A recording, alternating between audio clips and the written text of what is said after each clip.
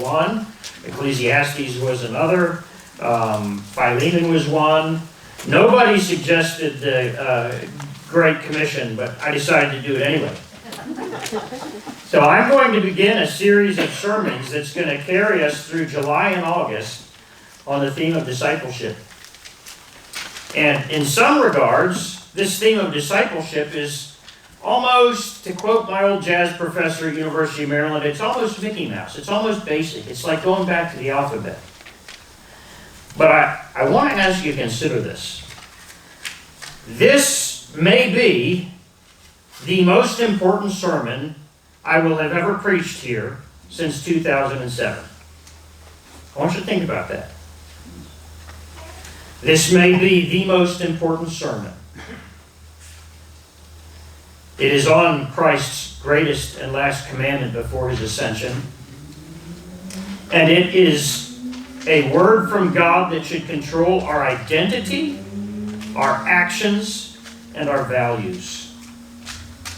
This passage ought to be the foundation of everything that we understand about who we are. You might think, well, why not John 3:16 or Ephesians 2:8 through 10? And I hope that's clear to you by the time we get to the end of this message. And I hope you understand why I intend to use this and the great message and the invitation and the command of the Great Commission to launch into 7 more weeks of exploring this great, high, noble calling, this exclusive fellowship that is the disciples of Christ. I'm going to read for us verses 16 through 20. Please join me in prayer. Almighty God, we give you thanks and praise for your word, for its truth, for its beauty. And Lord, we thank you that it is always available for us. Especially in our culture, it's available in any number of good translations. We have multiple copies in every home. We find it in hotels. We can see it in bookstores. It's all around us. We have but to take up and read. Holy Spirit, we ask that you would bless this reading to us. We acknowledge freely that we need your help to rise above what we can see and understand and know on our own. Father, we pray that this encounter with you and your word would bless us, humble us, encourage us, change us, and that the preaching that follows would do those very same things inasmuch as it is faithful to what you've said. We pray in Christ's name. Amen. Matthew chapter 28, beginning with verse 16, the Word of God. Now the 11 disciples went to Galilee, to the mountain to which Jesus had directed them. And when they saw him, they worshipped him, but some doubted. And Jesus came and said to them, all authority in heaven and on earth has been given to me. Go therefore and make disciples of all nations, baptizing them in the name of the Father and of the Son and of the Holy Spirit, teaching them to observe all that I have commanded you. And behold, I am with you always to the end of the age. This ends the reading of God's Word. Words are funny things because in some ways they're very arbitrary. You know, if you think about some words, like I can remember when I was a kid once thinking the word animal is a ridiculous word. So listen to the way it sounds, animal. And what is it about that word that matches that up with living, breathing, heart beating, synapse firing life forms as opposed to plants? It's arbitrary, right? But yet I understood even as a child that that word animal meant, it represented, it implied certain things. And then within that, I learned that other words could differentiate between one animal and another. There was a mammal, there was a reptile, there was an amphibian. And I learned that I could even take mammals and get more specific, and I could say there's such a thing as a hippopotamus and a duck-billed platypus. And I learned that those words represent those things that are real. And so if you came up to me and you said to me when I was in the 2nd or 3rd grade, Bobby, draw me a duck-billed platypus. I would know that word, know what it meant, and I would draw a duck-billed platypus. And it would probably be, maybe, recognizable. It would have something that looked like a duck's bill and webbed feet and a beaver tail. Other than that, it might be shaped like a potato, which isn't bad because duck-billed platypuses are sort of potato-like. I want you to think for a minute about discipleship. What does that word mean? Now, that word shows up in your New Testament over and over and over and over again. It is the word Jesus uses when he refers to his followers. He calls them disciples. It is the word that he has given us in this great task when he says, go and make disciples. And if we're not really clear on what that word means, we can't really make one, can we? If I don't know what the word duck-billed platypus means, it's not very likely that I can draw one. Some of you have pencils. Go ahead and take 10 seconds and draw a picture of the house that I grew up in. How are you going to do? You don't know what the house looked like, do you? You don't know if it was a row house, if it was a condominium, if it was an apartment, if it was a mansion. You don't know if it had a garage, if it was 2 stories, 1 story. So if you don't know what something is, you can't reproduce it if that task is given you. I have, for those of you who've been in my office, many books. And I've read many of them. And a lot of books on discipleship. And it is intriguing to me how many different definitions of what a disciple is that you can come across. And it troubles me a little bit that we're so unclear on what this word means. To whatever extent we as a church are not clear on what the word disciple means, to that extent we are going to fail in obeying this last great command that Christ offered.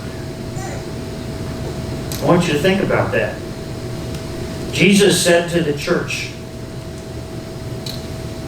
as you are going, or wherever you go, make disciples. If we don't know what a disciple is, or can't have an adequate definition of what a disciple is, we're going to screw that up.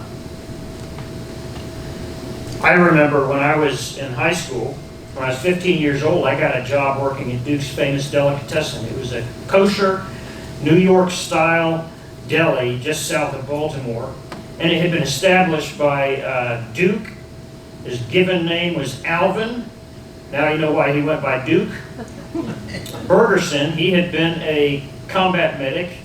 He landed on D-Day after the first wave, fought his way through France and Germany, came back to Baltimore after the war ended and started this restaurant. He was a tough guy.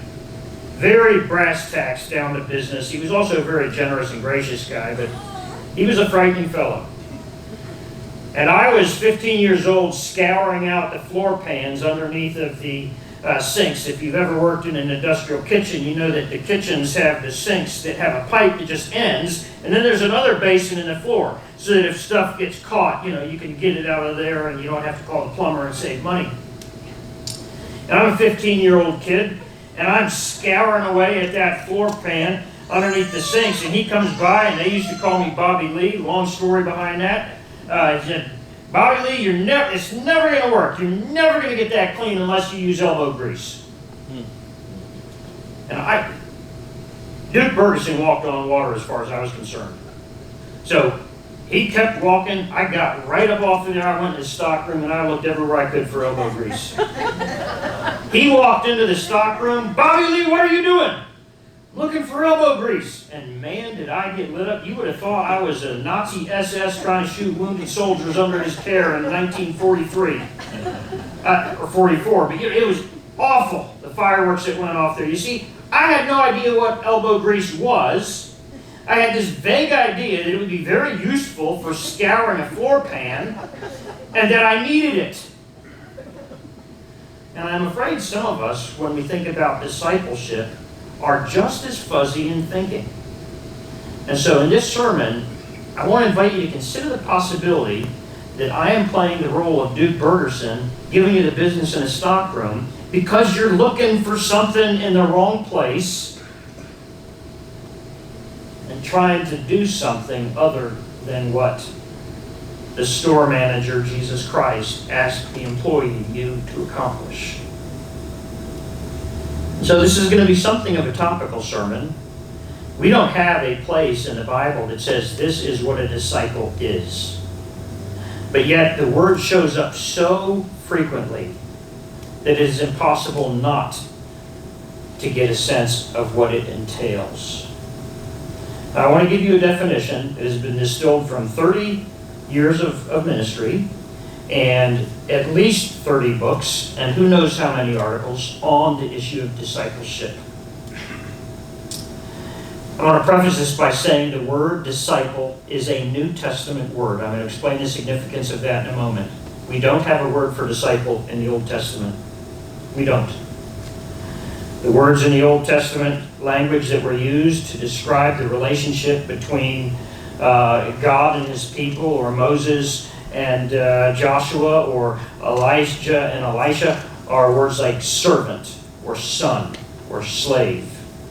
This idea of disciple comes from the more Mediterranean Greek culture, and it is a word that had its origins in both the ancient cult and the schools of philosophy.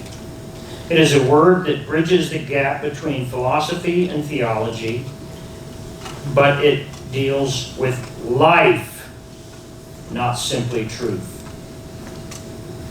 The first usage of the word disciple, that word for those of you taking notes is mathetes, occurs in Herodotus, the historian. And he's describing someone who was not merely subject to didaskalon. Any teachers here? No teachers? You're a teacher. Have you ever heard the word didactic? Yeah. Okay, if you study like childhood education or something at the university, that's the idea for to teach. And it tends to mean imparting information from me to you. So like my didactic theory would be the theory that I embrace for getting knowledge from my head into your head. And the first usage of the word mathetes is in contrast to that. You see, to be a disciple is not simply to know things. That is sub-Christian. That is sub-biblical. We don't simply know things and therefore have life with God.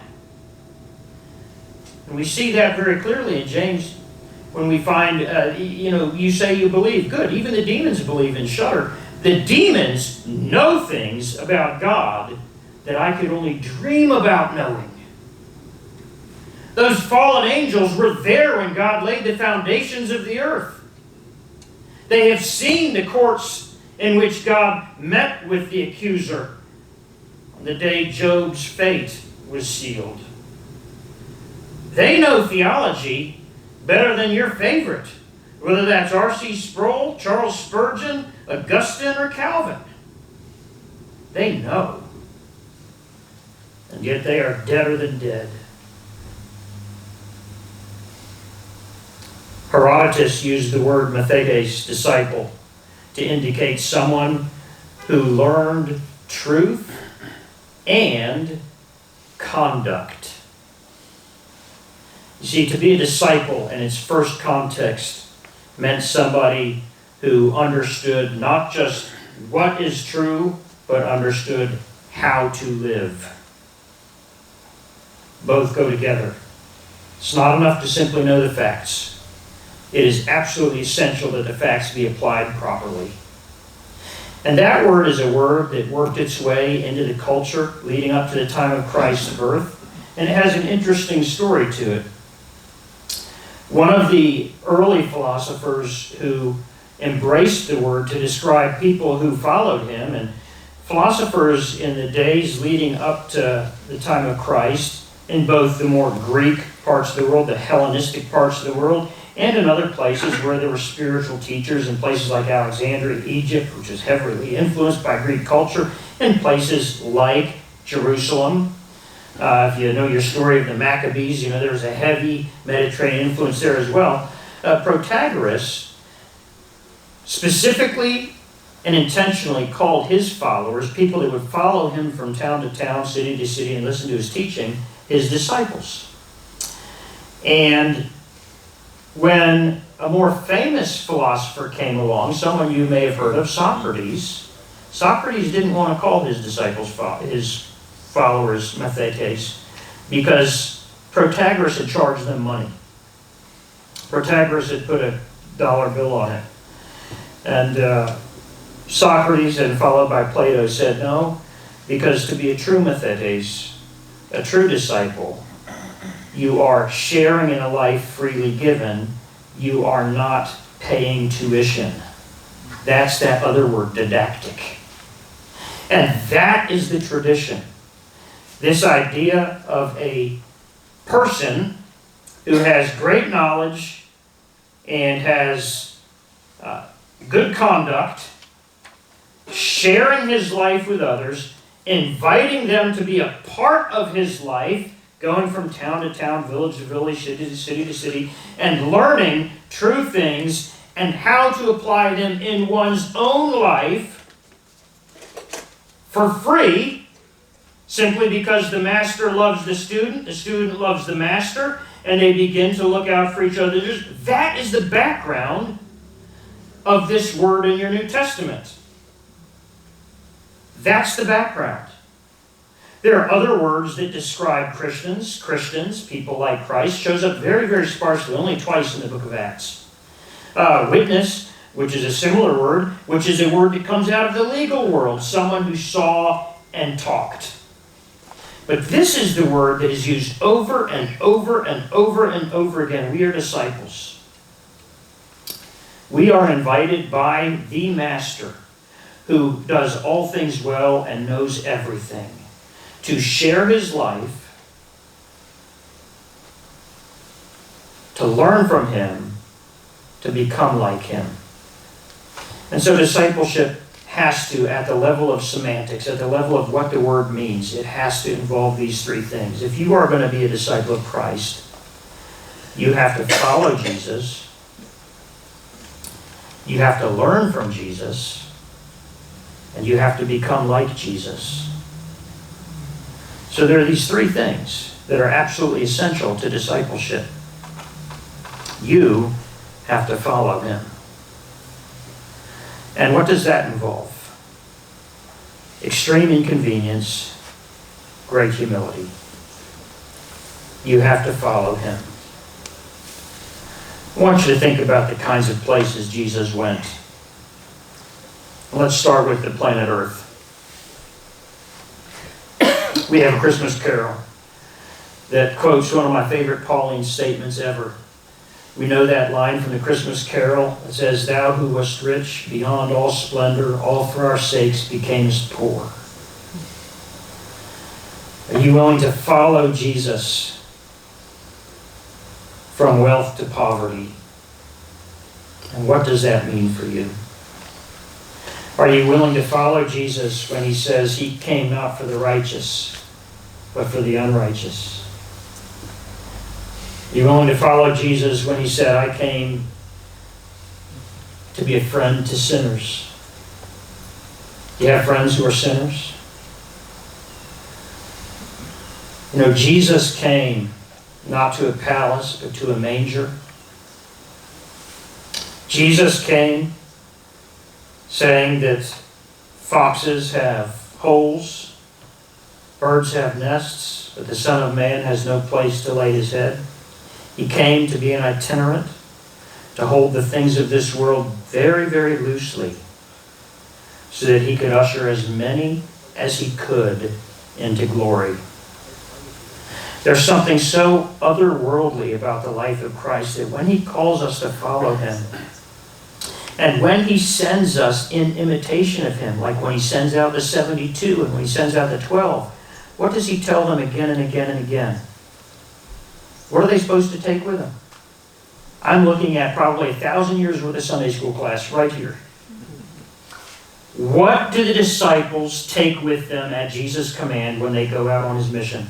Nothing but what they need that day. And they are specifically told, don't worry. I want you to think about how that's how Jesus came. He came with nothing. Nothing. He didn't come with a detachment of the angelic guard that had heralded his birth, joy to the world on the day of his delivery. He came just as a man. He didn't come with a trust fund. He came girded up, led, accompanied, blessed by the Holy Spirit. And that was riches for him. That was sufficient for him. And he gave us that very same Spirit. We follow, humbly, depending upon him. He taught his disciples to pray, give me this day my daily bread. Daily bread. That's your prayer. Don't pray for bread for 3 years from now or 10 years from now. Pray for today. He said, pray for forgiveness for your sins today. There's the humility piece. Forgive us our trespasses as we forgive those who trespass against us. There is an immediacy to the life of the disciple. And following Jesus Christ means that you must fully enter into the now and live right now as if heaven and hell are real. The crucifixion just happened, and you have been forgiven. I can remember, probably by the time I was in middle school, dreading when Christmas Eve would come.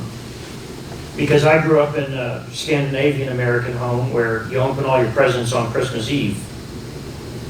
You go to a church service, Christmas Eve, then we'd go home, and if all the dishes were done, and our faces were washed, teeth were brushed, everything else, we'd all gather around the tree, and we'd open all those presents. The reason I started to dread that is because I developed this idea when I was younger, and it was partly my dad's fault. He was always talking about delayed gratification. I learned how to thoroughly enjoy that thrill of expectation. When you see the package, and anybody else here in their 50s? Okay, a couple of you. All right. Now, some of you will know what I'm talking about, and you will understand exactly what I'm saying. Back before there were electronic handheld games, yes, I am that old, there was a game that every boy I knew was dying to get. It was about Yo Big, and it was a football field made out of metal that had a motor on it. You know what I'm talking about? And you'd turn the button on and it would rotate. You had little football dudes and you'd turn a dial under them and they'd move. And you'd set all your dudes up and you'd hit the button and bing, your guys would rotate all over the field and you either scored or you didn't. It honestly was a horrible game. But everybody was dying to get a copy of that, a set of that, whatever you call it. And I can remember one Christmas, I was probably in 6th grade. There it is. Package says Bobby on it. It's about the right size, had the right feel. And that is what it was. But within a week of getting the gift, I realized that I had enjoyed the anticipation of getting that gift more than I enjoyed actually having the gift. You ever felt that way? Sometimes, the reality doesn't always live up to the hype, especially in this day where marketers are so good, you actually think you need the things you see on TV. And then you get the thing and you use it once every 4 years and you're like, well, what did I get that for? And that was $49.99. We have to live in the now. We have to learn how to love it. We don't live in the future, we don't live in the past. We have to learn how to live right now. You see, sometimes people like me, we kind of want to live, we don't want to unwrap the presents because we like wondering what they are as much as we like actually having. That approach to life is no good, folks. That approach to life is no good at all. It's like buying books and putting them on your shelf and never cracking them. Or getting a CD or downloading MP3s that you're never going to listen to. And too many of us don't actually follow Jesus Christ into living our life today, right now. We don't do it. We think that, well, if we get this, then things will start. Or if God will give me this or take away this problem, then I can... No. God has... The whole thing about following Christ involves doing exactly what Christ did. Christ lived his life trusting that whatever he needed to do at this given point in his life, he had, by the grace of God and sovereign providence of the Almighty Father, whatever he needed to do it. And so he never hesitated to take those loaves and those fish and feed 5,000. He never hesitated when an opportunity came to demonstrate faith that you've called me to do this, therefore I am able to. He never paused. He always risked. He was a man of daring beyond the most wildly courageous character Hollywood could ever dream up. He lived in the moment, breathing the air of heaven, depending on his Father. Follow him to learn from him. Learning from Jesus is something that I think is a particularly key part of discipleship. And it actually is closest related to the earliest use of that word. And it is the wisdom of God, the Spirit, in giving us the inspiration of Scripture that this is the word, not some ancient Hebrew word. This is the word used by Jesus most often to describe you, his disciple. Someone who learns from a master who has invited you into his life, shares all things with you, charges you nothing, and is seeking your transformation. To learn from someone requires, again, humility. I want you to think about what the Apostle Paul means when he says that we try to hold captive or captivate every thought in Christ Jesus. What it means that we would rather say, let God be true and all men liars, if we find the Scriptures being debated. What does it mean that push or shove, come what may, I'm going to go with Jesus. I'm going to trust his word, not mine, not the latest Gallup poll, not even the latest Barna poll, which is a little godlier. I am going to say what has God said, and then I'm going to say God has spoken. It's really the simplest two-step dance that will get you through life without stepping on anybody's toes. Find out what God has said, and confess that he has spoken. I am going to be spending a couple of weeks talking about how we as disciples use the Bible biblically. But for this morning, just want to say that to learn from Jesus means that you commit yourself to being in relationship with him and following him in what you think. Now, my favorite phrase in this text that I read. Now the 11 disciples went to Galilee to the mountain to which Jesus had directed them, and when they saw him, they worshipped him, but some doubted. And Jesus came and said to them, all authority in heaven and on earth has been given to me. Go therefore and make disciples. Now, I love the fact that all the disciples worshipped. Some were worshiping, though they doubted. And Jesus tells all of them, even those who struggled with the inner fears, go and make disciples. You see, there's a sense in which every Christian I've ever met, with whom I've had any reason to believe I have an honest spiritual relationship with, where we're actually able to put aside our Sunday morning masks and be person to person, saint to saint, sinner to sinner, Bob to you. You have doubts. You have fears. You are skeptical of some things sometimes. My greatest favorite figures in church history would write about their doubts and fears freely. Whether it's Richard Miller, whether it's Richard Baxter. You, despite your doubts, your fears, your skepticism, are nonetheless one whose worship is accepted by Christ, and who are nonetheless commissioned in the midst of your fears to go and be a part of this great kingdom work. See, one of the troubles that we have intellectually as Christians is we think, well, I don't understand something, I'm confused about something, this is hard for me to wrap my head around. And even though we might know 98 things, it's the 2% of things that we're worried about or confused about that completely sideline us from any kind of kingdom work.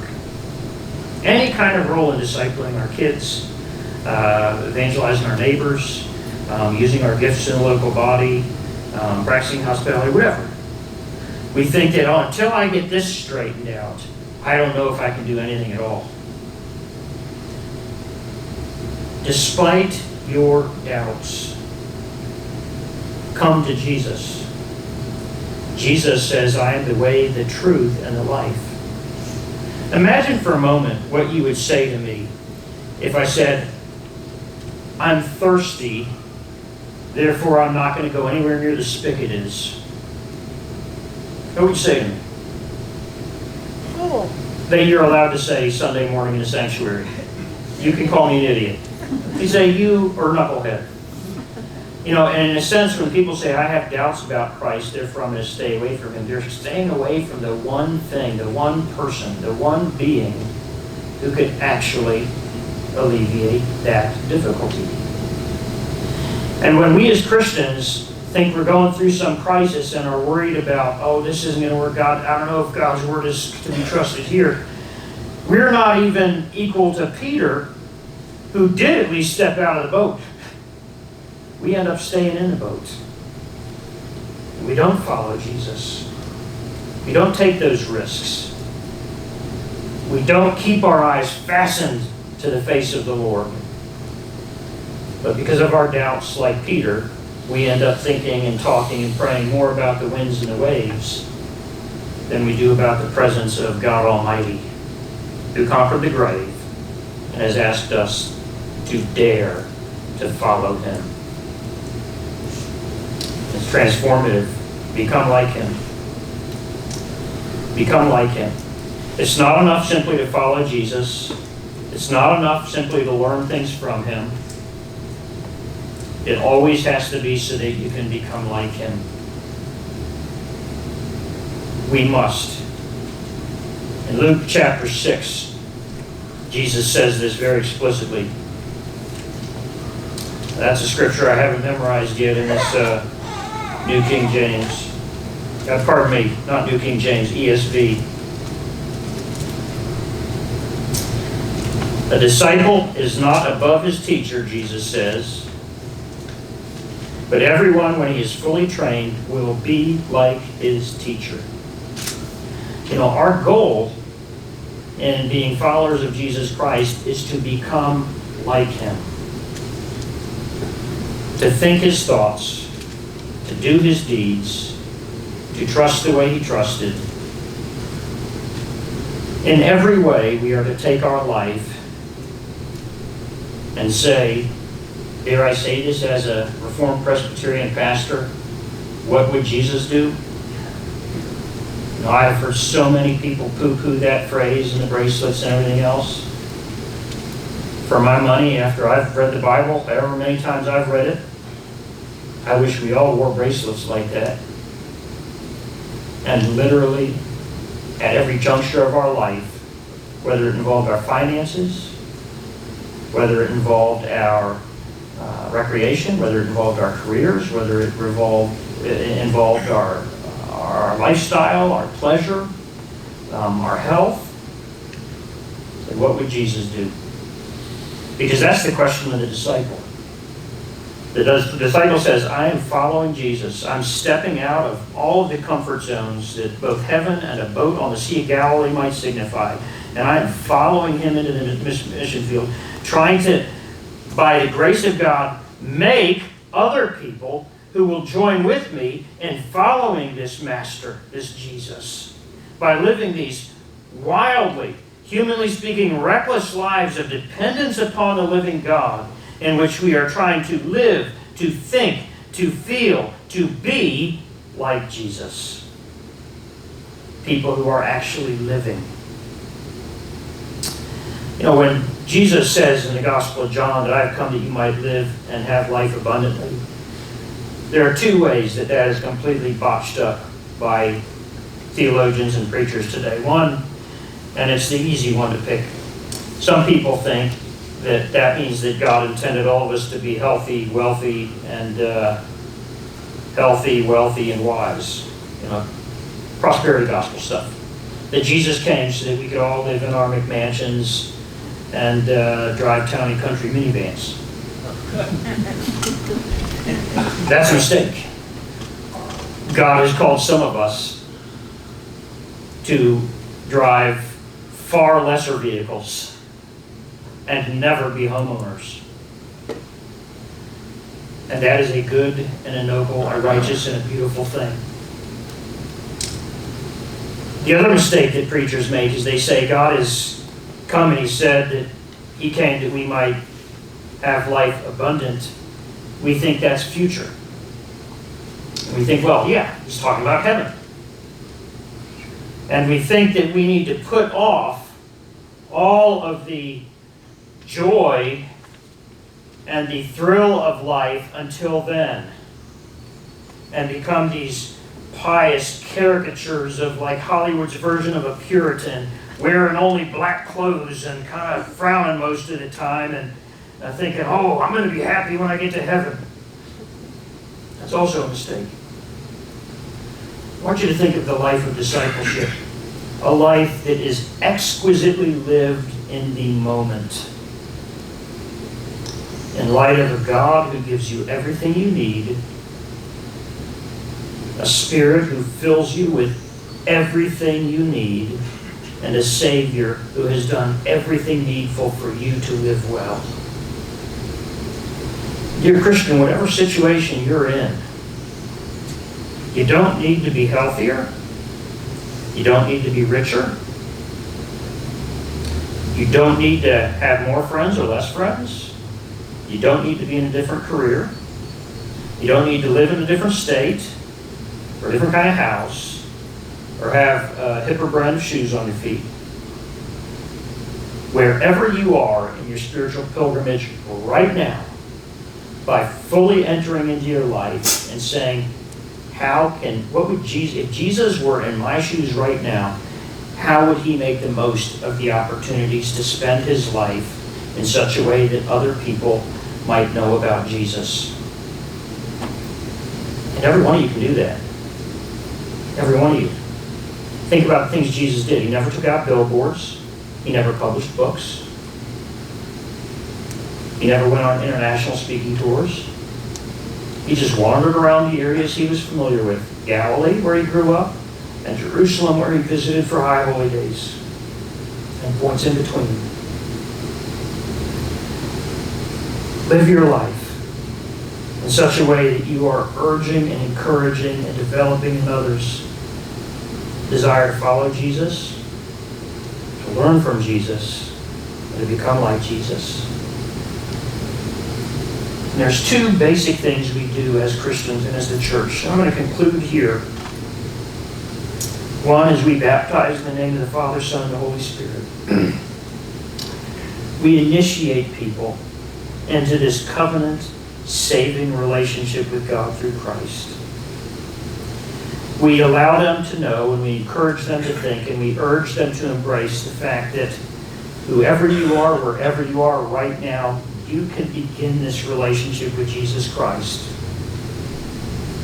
You don't have to, in some Gnostic mystery religion or some whacked out cult, memorize 50 pages before you're in the crowd. No.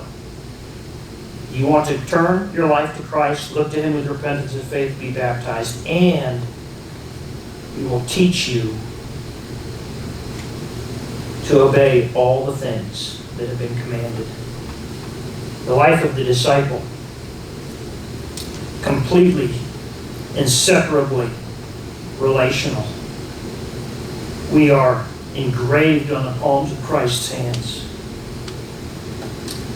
And it is absolutely directed by the whole counsel of God. Over the next 7 Sundays, we're going to be drilling down into specific instances of Jesus and his disciples and our life, and how we can really just go nuts in our personal and corporate effort to make disciples. That's our job. Not another job. There really isn't. That's our job. And there's things we do corporately to make disciples, and there's things we do individually to make disciples. And those are going to be different based upon a church, based upon the gifts God's given you. And I hope that I have whet your appetite for thinking about how you can be a part of something like what Jesus did. A relational, ground-level, grassroots move where your life is increasingly touching more people's lives. You are inviting more and more people in some way, large, small, implicit, explicit, to come and know this Jesus and live. Please join me in prayer. Heavenly Father, we thank you that you call us disciples. We are not paying students. There is no entrance fee. There is no condition of continuance. You don't have pop quizzes. You don't fail people out of your program. Instead, there is a Jesus who commits himself to being the head of a church that is full of churches even like ours. We run the whole gamut. Strengths and weaknesses, beauty, ugliness. And that's every one of us in our own hearts. And that's collectively us as well. We are yet one more church whose only and every beauty is the reflected beauty of Christ, to whatever extent we're able to reveal him to the world. And Father, we pray that you would help us to think of ourselves as disciples. It is what you call us. And to see ourselves as disciple makers. That is what you called us to. We pray this in Christ's name. Amen.